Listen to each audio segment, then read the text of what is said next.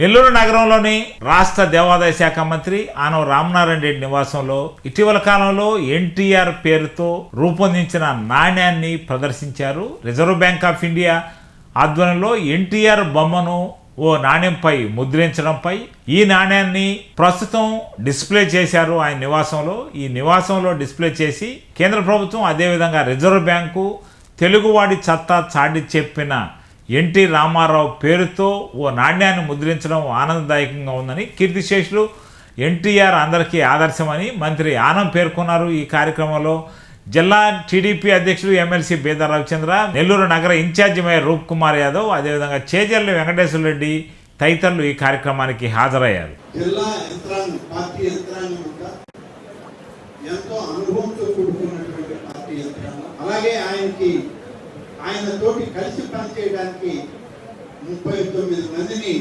ఎంపిక చేస్తే 39-40 మంది కూడా ఈరోజు పూర్తిగా శ్రద్ధతో పార్టీ కోసం నిరంతరం పనిచేస్తూ పార్టీ యొక్క ప్రయోజనం కోసం, అలాగే పార్టీ నాయకత్వాన్ని బలోపేతం చేయడానికి పెద్దలు రాష్ట్ర జాతీయ అధ్యక్షుడైనటువంటి నాయకులు శ్రీ నారా చంద్రబాబు నాయుడు, అలాగే యువగణం నాయకులు ఈనాటి జాతీయ ప్రధాన కార్యదర్శి శ్రీ నారాలు, వాళ్ళిద్దరికీ వెన్నుదన్నుగా నిలబడి ఈ రాష్ట్రంలో పార్టీని బలోపేతం చేయడమే కాదు, రాష్ట్ర అభివృద్ధి సంక్షేమంలో కూడా అందరం తోడుగా కలిసి నడిపించడానికి ఒక శక్తివంతమైనటువంటి కమిటీని మనకి ఈరోజు చంద్రబాబు నాయుడు గారు, లోకేష్ గారు, పల్లా శ్రీనివాసరావు గారు అందరూ కలిసి ఏర్పాటు చేయడం జరిగింది. ఇంత బహుశా ఏ జిల్లాలో కూడా ఇంత పటిష్టవంతమైన నాయకత్వం, అనుభవం కలిగిన నాయకత్వం, క్రియాశీలకంగా పనిచేయగలిగిన నాయకత్వం ఉండదేమో.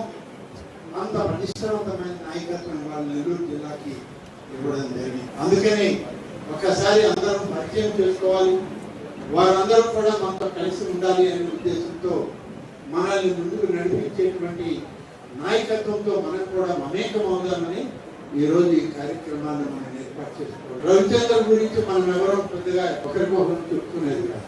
అట్లే వెంకటేశ్వర రెడ్డి గురించి నిరంతరం పార్టీ కార్యాలయం తాళం తీస్తే వెంకటేశ్వర రెడ్డి కనబడు. అటువంటి నిరంతరం పార్టీలో శ్రమించాడు, కష్టపడ్డాడు, ఉన్నతమైన పదవులు అలంకరించాల్సినటువంటి అర్హత కలిగిన వ్యక్తి. కానీ చంద్రబాబు నాయుడు గారు ఆయన సేవలు గుర్తించి నెల్లూరు జిల్లాకి ఇంకా నువ్వు పార్టీ సేవ చేయాలని ఆయన్ని మన మధ్య పెట్టాడు. అలాగే రూప్ కుమార్ యాదవ్, రూప్ కుమార్ గారు బహుశా అందరికీ తెలిసిన వ్యక్తి, అందరికీ కలిసిన వ్యక్తి కూడా. స్వర్గీయ వివేకానంద రెడ్డి గారు ఎమ్మెల్యేగా, మున్సిపల్ చైర్పర్సన్ గా ఉన్నప్పటి నుంచి రూప్ కుమార్ ఆయనతో కలిసి ఆయన సాహచర్యంలో నడిచి ఇవాళ ఉన్నత శిఖరాలకు ఎక్కి ఈ నగరానికే మేయర్ అయ్యేటువంటి కార్యక్రమంలో ఆయన ముందుకు రావడం, భగవంతుడు ఆయన ఆశీర్వదించడం, తెలుగుదేశం పార్టీ నాయకత్వం అంతా ఆయనతో కలిసి ఉండడం అనేటువంటిది ఇవాళ ఇదొక అదృష్టం. ఇటువంటి నాయకులందరూ ఇవాళ ఈ వేదిక మీద ఉన్నారు. మిగిలిన వాళ్ళందరూ మనవాళ్ళే.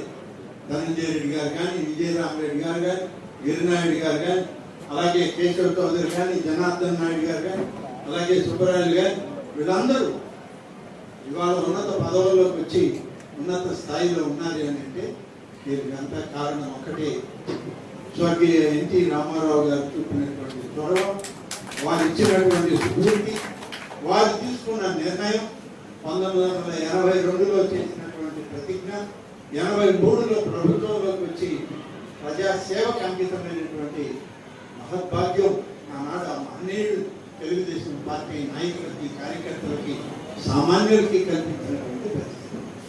అందుకనే ఇవాళ తెలుగుదేశం పార్టీ పెద్ద ఎత్తున ఈరోజు రాష్ట్రం విడిపోయినప్పటికీ గ్రామ స్థాయిలో ప్రతి కుటుంబంలో వేడుకున్న పార్టీ ఏదైనా ఉంది అంటే అది ఒక తెలుగుదేశం పార్టీ. ఒకప్పుడు ప్రాంతీయ పార్టీగా ఉన్నటువంటి తెలుగుదేశం పార్టీ ఇవాళ జాతీయ పార్టీగా చంద్రబాబు నాయుడు గారి నాయకత్వంలో, లోకేష్ గారి సహచర్యంతో, పల్లా శ్రీనివాసరావు గారి యొక్క కార్యదక్షతతో ఈనాడు మన పార్టీ బలోపేతమైంది. ఇవాళ జాతీయ పార్టీలు కూడా తెలుగుదేశం పార్టీ వైపు, చంద్రబాబు నాయుడు గారి నాయకత్వం వైపు, యువగళం నాయకుడైనటువంటి లోకేష్ బాబు గారి యొక్క సహచర్యం కొరకు ఎదురు చూస్తున్నాయంటే అతిశయోక్తి లేదు అని చెప్పి నేను కాబట్టి ఇవాళ ఈ మంచి సందర్భంలో ఇంతకన్నా పెద్దగా ఎక్కువగా చెప్పుకునేది లేదు, కానీ పెద్దలు వాళ్ళిద్దరు ముగ్గురు కూడా మాట్లాడతారు.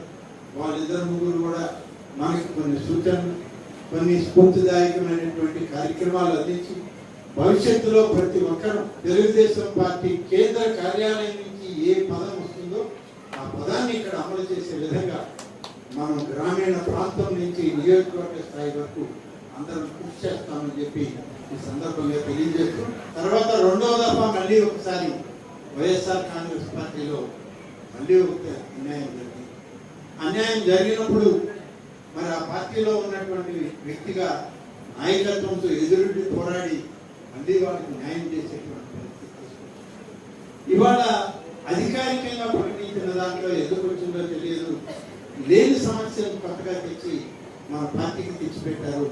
అది మళ్ళీ ఆ 3 మండలాన్ని నోటిఫికేషన్లో బైఫికేషన్లో ఇచ్చారు. ఎక్కడ పొరపాటు జరిగినా ఆ పొరపాటుని సరిచేసుకోవడానికి ఇవాళ అందరూ ప్రయత్నం చేస్తున్నాం.